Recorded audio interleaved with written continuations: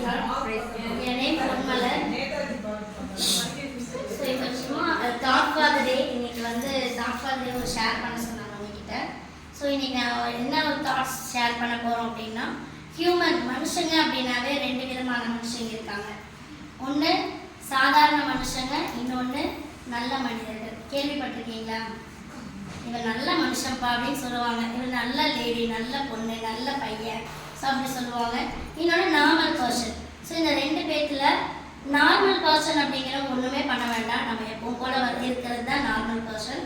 ஆனால் ஒரு best person, ஒரு நல்ல மனுஷனாக இருக்கணும் அப்படின்னா ஒரு 5 விஷயத்தை வந்து உங்ககிட்ட ஷேர் பண்ணணும்னு நினைக்கிறேன்.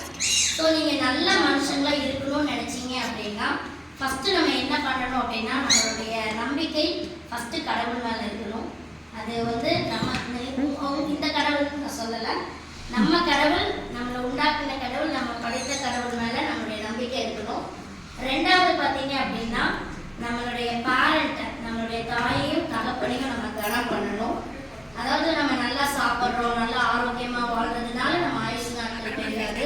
பைபிளில் ஒரு வார்த்தை இருக்கு, உன் ஆயுசு நாட்கள் நீடித்து இருப்பதற்கு உன் தகப்பனையும் உன் தாயையும் கனம் பண்ணுவாயாங்கன்னு சொல்லிட்டு. ஸோ நம்ம எவ்வளோ வயசானாலும் சரி, நம்ம அம்மா அப்பா இருக்கிற வரைக்கும் நம்ம அம்மா அப்பாவுக்கு கீழ்ப்படிச்சு இருக்கும்போது கண்டிப்பாக நம்மளுடைய ஆயுசின் வருடங்கள் அதிகமாகும்.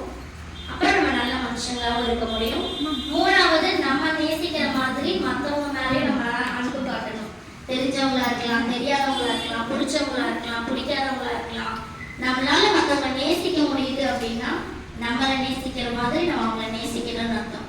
என்னைக்காவது நம்ம கண்ணாடி முன்னாடி எனக்கு எல்லாமே பிடிக்கல, நம்மளை அடிச்சிருக்கோமா, நம்மளை காயப்படுத்தி இருக்கோமா, என்ன பண்ணாலும் நம்மளை பிடிக்கும்ல, அதே மாதிரி நம்மளை பிடிக்கிற மாதிரி மற்றவங்களை பிடிக்கணும். இது மூணாவது விஷயம்.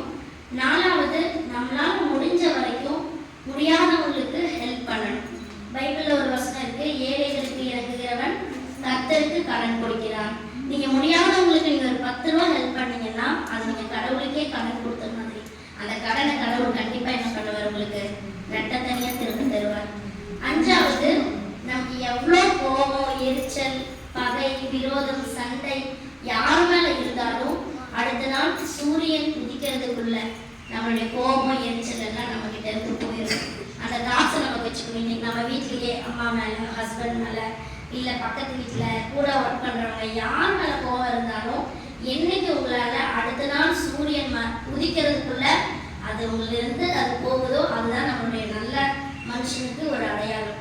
அதான் ஒரு வசனம் ஒன்று இருக்குது, சூரியன் உதிக்கிறதுக்கு முன்னமே உங்களுடைய கோபம் தனிய கடவுதுன்னு சொல்லியிருக்கு.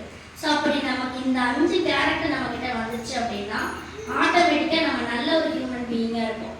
அட போப்பா, நான் நல்ல மனுஷன் என்ன பண்ணுறது அப்படின்னு நீங்கள் நினைக்கலாம்.